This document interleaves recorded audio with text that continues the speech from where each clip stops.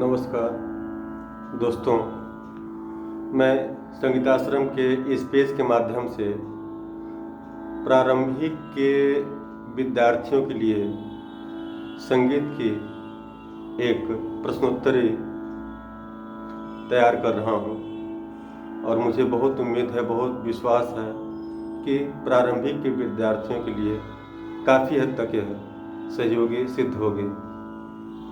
आइए, प्रश्न है, संगीत किसे कहते हैं? ललित कलाओं में संगीत का स्थान सर्वश्रेष्ठ माना गया है।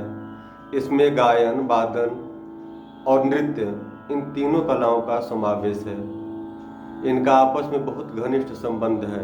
फिर भी गायन श्रेष्ठ माना गया है, क्योंकि गायन के अधीन वादन और वादन के अधीन नृत्य है। दूसरे शब्दों में गायन, वादन और नृत्य, इन तीनों के समूह को संगीत कहते हैं और यह तीनों एक दूसरे के पूरक हैं।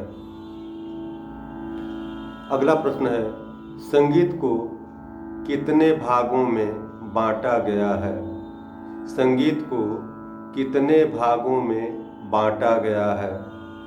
उत्तर है, संगीत को 2 भागों में बांटा गया है। पहला है शास्त्रीय संगीत, दूसरा है भाव या लोक संगीत। शास्त्रीय संगीत किसे कहते हैं? जिस संगीत को शास्त्र के नियम से प्रस्तुत किया जाए उसे शास्त्रीय संगीत कहते हैं।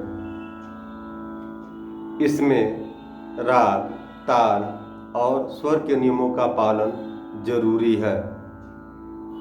भाव संगीत किसे कहते हैं? पारंपरिक रीति रिवाजों, त्योहारों और शुभ अवसरों पर गाए जाने वाले गीतों को भाव संगीत कहते हैं। लोक संगीत, लोक संगीत किसे कहते हैं?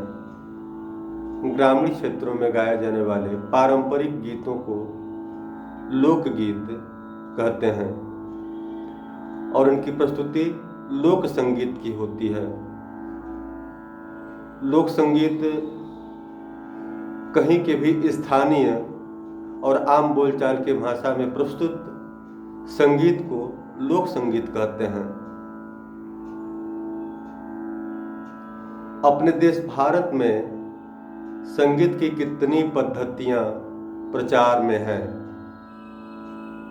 उत्तर है, अपने देश भारत में संगीत की 2 पद्धतियां प्रचार में हैं। एक उत्तरी संगीत पद्धति, जिसे हिंदुस्तानी संगीत पद्धति भी कहते हैं, और दूसरा है कर्नाटक संगीत पद्धति, जिसे दक्षिणी संगीत पद्धति भी कहा जाता है। अब अगला प्रश्न है, स्वर, स्वर किसे कहते हैं? उत्तर है, 22 श्रुतियों में से 7 श्रुतियां चुन ली गई हैं जो एक दूसरे के अंतर पर हैं तथा सुनने में मधुर लगती हैं। उन्हें ही स्वर कहते हैं। संगीत में मुख्य 7 स्वर माने गए हैं। अब प्रश्न उठता है कि श्रुति किसे कहते हैं? संगीत उपयोगी नाद जो कानों को साफ साफ सुनाई दे उसे श्रुति कहते हैं। इनकी संख्या 22 है। नाद किसे कहते हैं? नाद का अर्थ है ध्वनि अर्थात आवाज। एक कई प्रकार की होती है, पर जो आवाज मधुर और गणप्रिय हो, संगीत के भाषा में उसे ही नाद कहते हैं। ये 2 प्रकार के होते हैं, एक मधुर नाद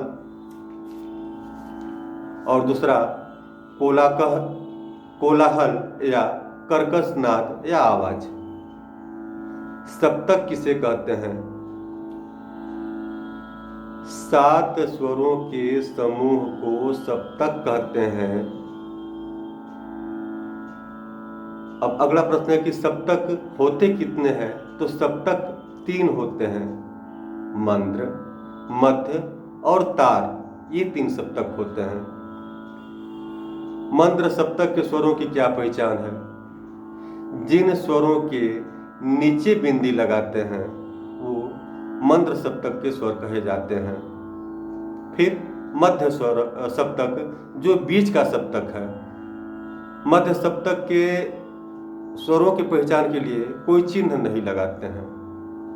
अब तीसरा सप्तक जो जिसे तार सप्तक कहते हैं वो ऊंची आवाज का होता है।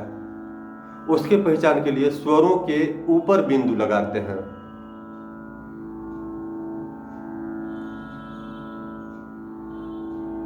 अब अगला प्रश्न आता है, स्वर कितने प्रकार के होते हैं? उत्तर है, स्वर 2 प्रकार के होते हैं। जो स्वर अपने स्थान से थोड़े नीचे बोले जाते हैं उन्हें कोमल स्वर कहते हैं, और जो स्वर अपने स्थान से थोड़ा सा चढ़ जाते हैं उन्हें तीव्र स्वर कहते हैं। कोमल स्वरों की संख्या कितनी है? तो कोमल स्वरों की संख्या 4 है, रे, ग, ध और नी। इनको पहचानने के लिए इनके नीचे बेड़ी लकीर लगाते हैं। फिर प्रश्न आता है कि तीव्र स्वर कितने होते हैं? तो तीव्र स्वर 1 होता है और उस पर सीधी खड़ी पाई लगाते हैं, सीधी लकीर खींचते हैं तीव्र मध्यम के पहचान के लिए।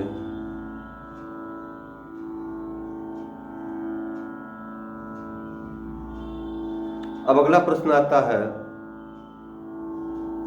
अचल स्वर किसे कहते हैं? अचल स्वर वह स्वर है जो अपने स्थान पे अच्युत और स्थिर रहता है, उसे अचल स्वर कहते हैं। अचल स्वरों की संख्या मात्र 2 है। यह स्वर अपना स्थान नहीं बदलते हैं, अपने स्थान पे स्थिर रहते हैं, सा और पा।